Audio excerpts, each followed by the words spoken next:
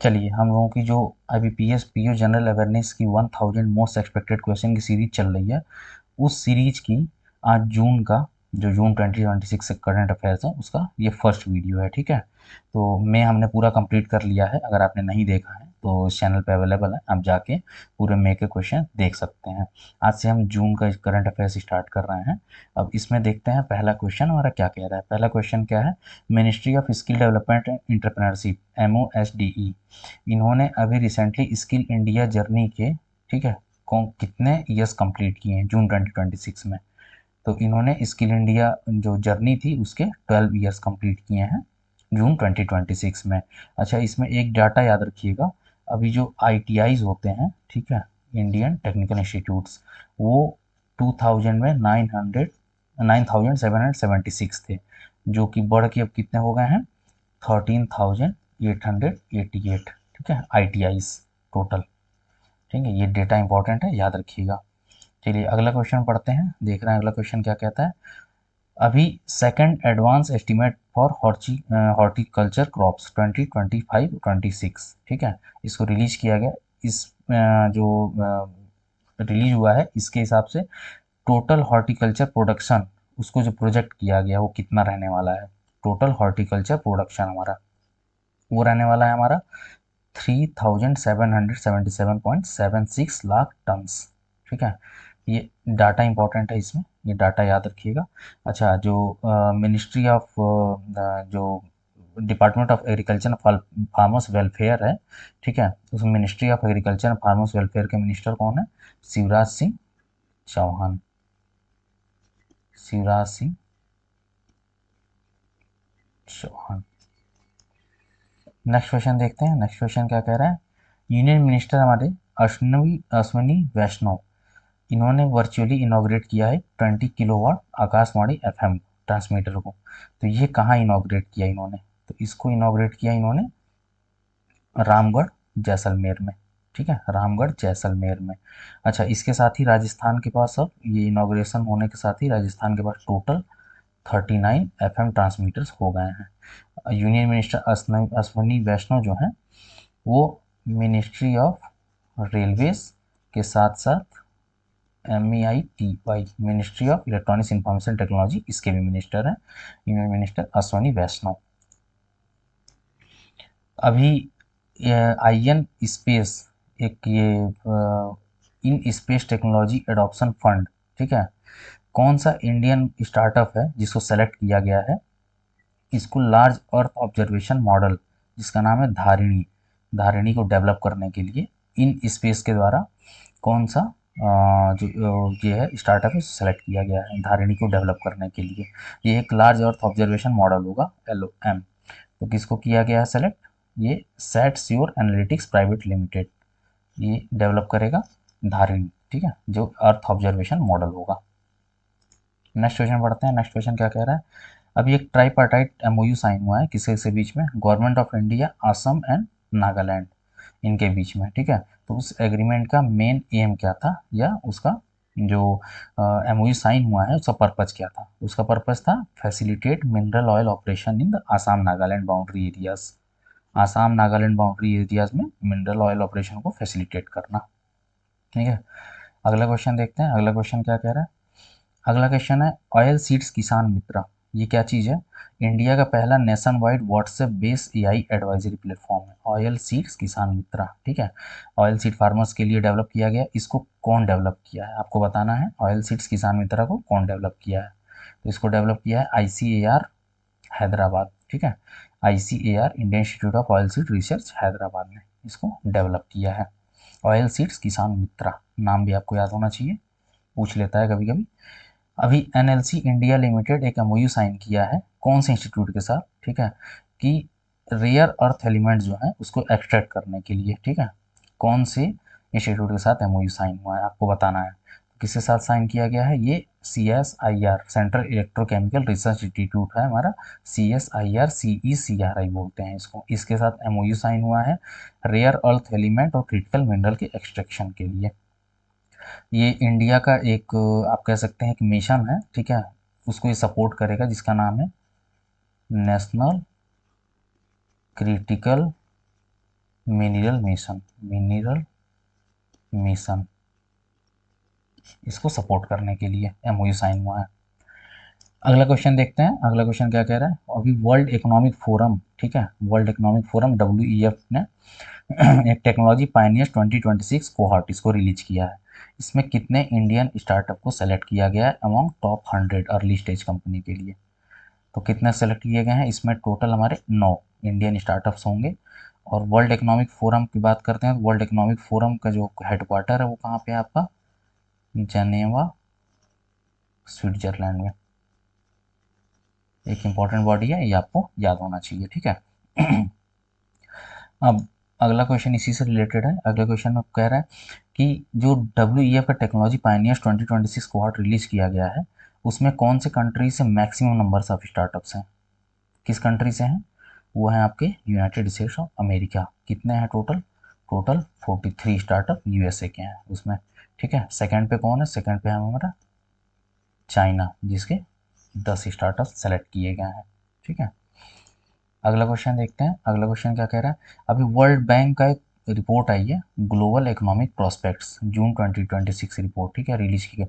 उसमें इन्होंने इंडिया का जो GDP ग्रोथ है FY27 के लिए उसको क्या फोरकास्ट किया है कि इंडिया की GDP ग्रोथ कितनी होगी FY27 के लिए। आपको बताना है GDP से रिलेटेड जितने क्वेश्चन होते हैं इसका मैं लास्ट में एक काम करूंगा, एक टेबल बना के आप लोगों को दे देंगे कि टोटल GDP के जो ग्रोथ फोरकास्ट किए गए हैं उसमें से जरूर एक या दो क्वेश्चन हमेशा आते ही हैं हर साल, ठीक है। तो वर्ल्ड बैंक का जो ग्लोबल इकोनॉमिक प्रोस्पेक्ट रिपोर्ट है उसके अकॉर्डिंग FY27 में इंडिया की जो GDP ग्रोथ होगी वो 6.6% होगी।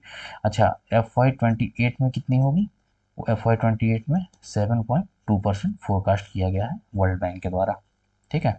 वर्ल्ड बैंक की बात करते हैं तो वर्ल्ड बैंक का हेडक्वार्टर भी देख लेते हैं, वो इम्पोर्टेंट है, वो है वाशिंगटन DC US में, ठीक है।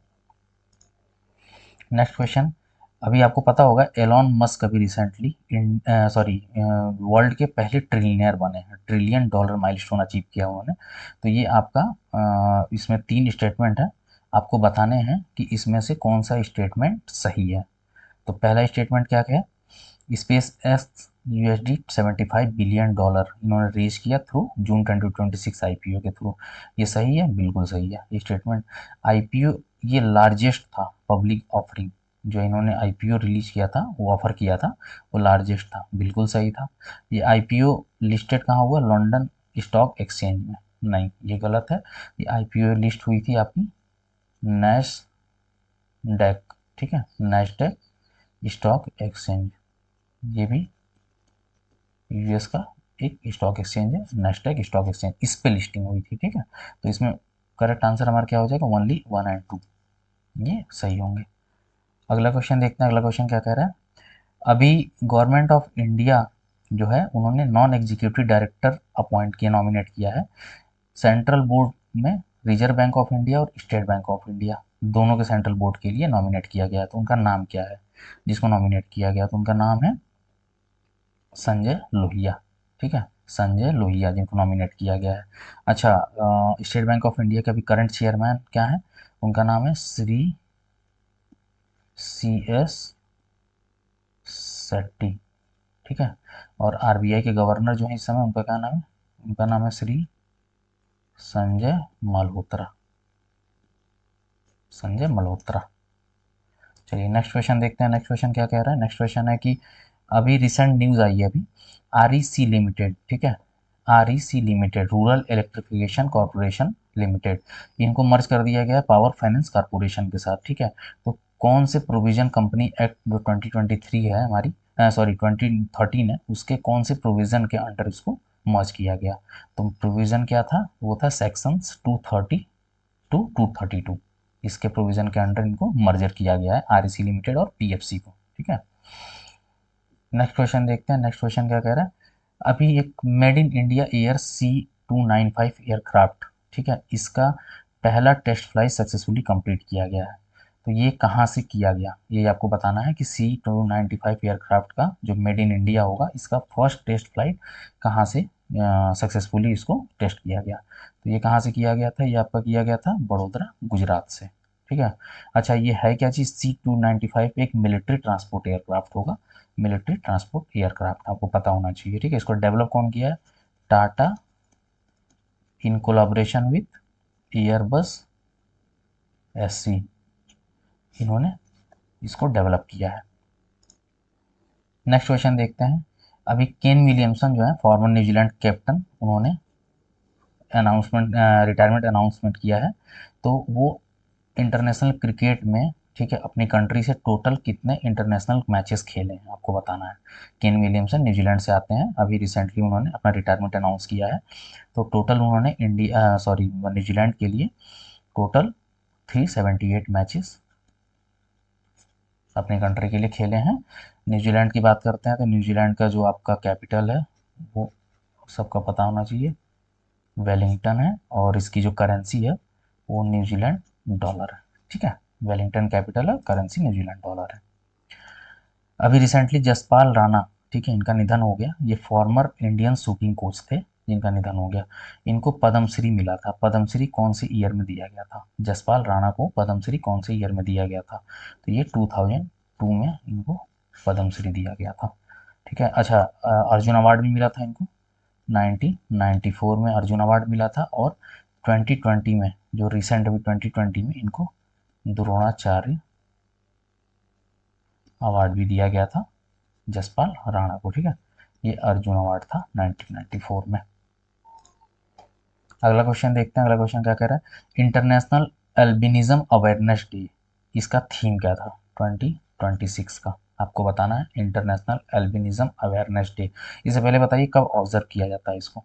तो इसको ऑब्जर्व किया जाता है 13 जून को, ठीक है। अच्छा, थीम क्या था? तो इसका थीम था proudly in my skin celebrating all skin tones, इस बार का थीम रहा है। सुरहा ताल, बहुत इंपॉर्टेंट क्वेश्चन है, मोस्ट मोस्ट इंपॉर्टेंट, आंसने की बहुत प्रोबेबिलिटी है। सुरहा ताल को ऑफिशियली बोला जाता है जयप्रकाश नारायण बर्ड सेंचुरी, ठीक है। इसको इंडिया का कौन सा रामसर साइट इसको घोषित किया गया सुरहा ताल को? तो ये इंडिया का 100th, मतलब 100वां रामसर साइट होगा सुरहा ताल। अच्छा, सुरहा ताल कहाँ पे लोकेटेड है? ये है आपका बलिया डिस्ट्रिक्ट, यूपी में, ठीक है। अच्छा, जयप्रकाश नारायण, इनको हम लोग लोक नायक के भी नाम से जानते हैं, आपको पता होगा, लोक नायक, ठीक है। इनका बर्थ प्लेस है जयप्रकाश नारायण, लोक नायक के नाम से भी इनको जानते हैं। नेक्स्ट क्वेश्चन देखते हैं। इसमें से 3 स्टेटमेंट दिए हुए हैं इंडिया के रामसर साइट से रिगार्डिंग, ठीक है। इसमें आपको बताना है कि कौन सा स्टेटमेंट सही है।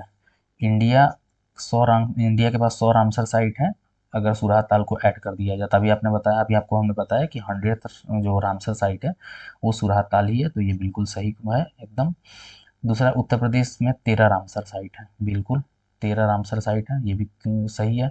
Total number of Ramsar site globally जो है वो 2595 थे जून 2026 में, सही है, 2595। जी हाँ, बिल्कुल सही है। तो तीनों स्टेटमेंट इसमें सही है, ठीक है, 1, 2 एंड 3। अच्छा, 100th रामसर साइट है इसलिए और इम्पोर्टेंट है, मोस्ट मोस्ट इम्पोर्टेंट है, याद रखिएगा आप लोग।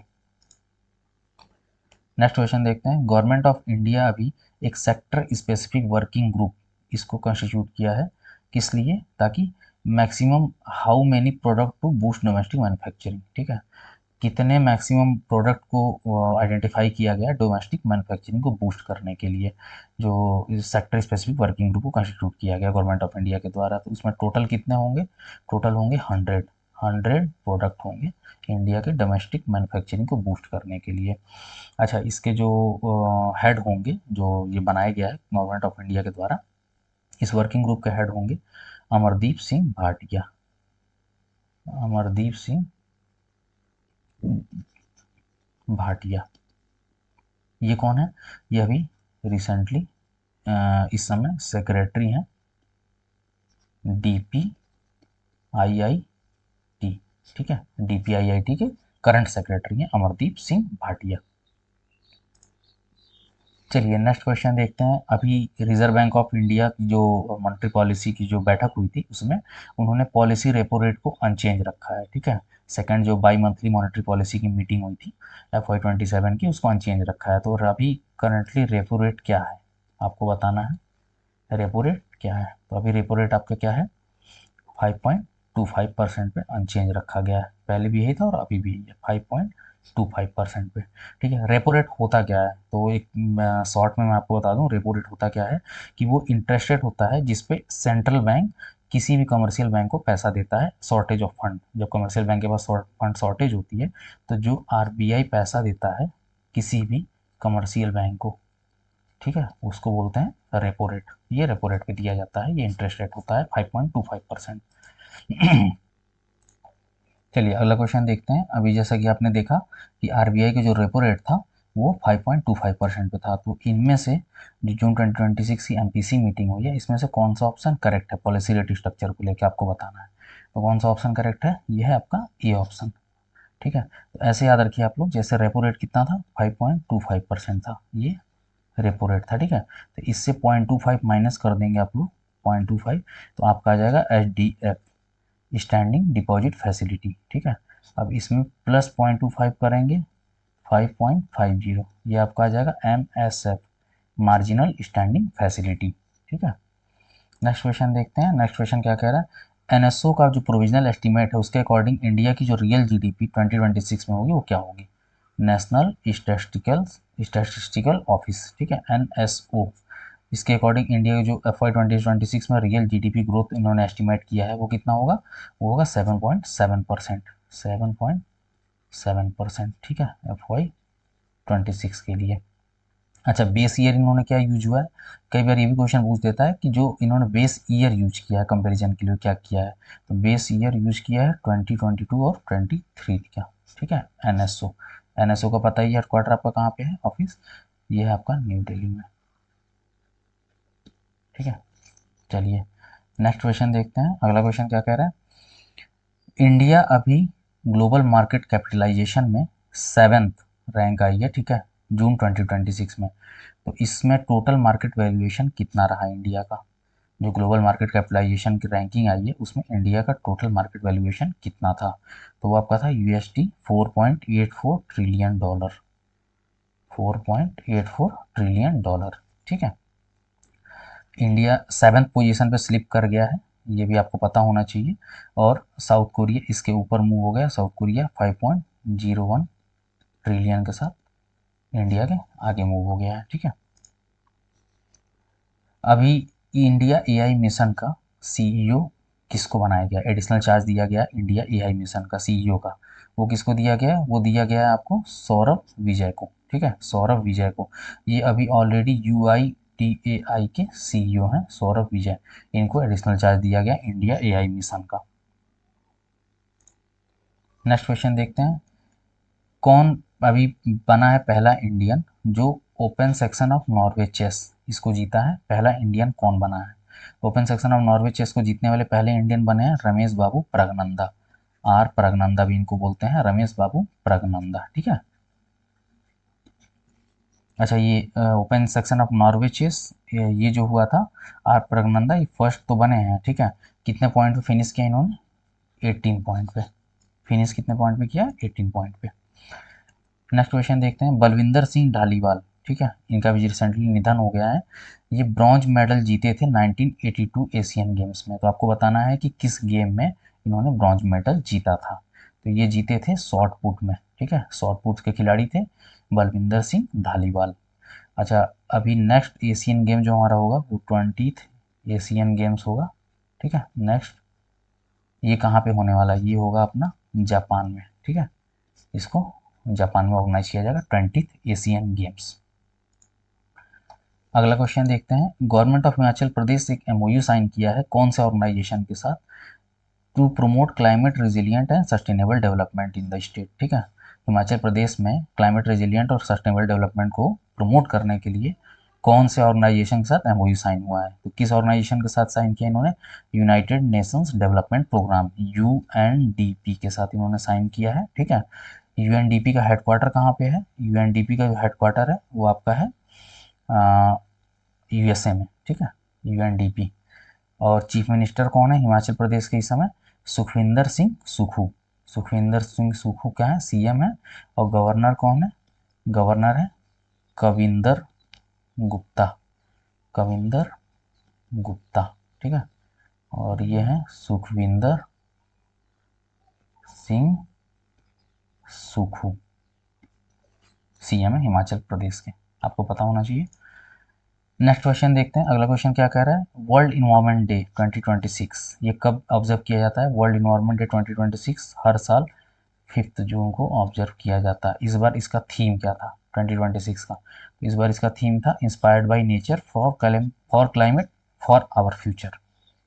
ये वर्ल्ड इन्वायरमेंट डे का थीम था, तो थीम से रिलेटेड भी क्वेश्चन पता होना चाहिए, ये पूछा गया है पास्ट में बीपीएस में, तो ये आ सकता है, ठीक है, इंपॉर्टेंट क्वेश्चन बनता है ये।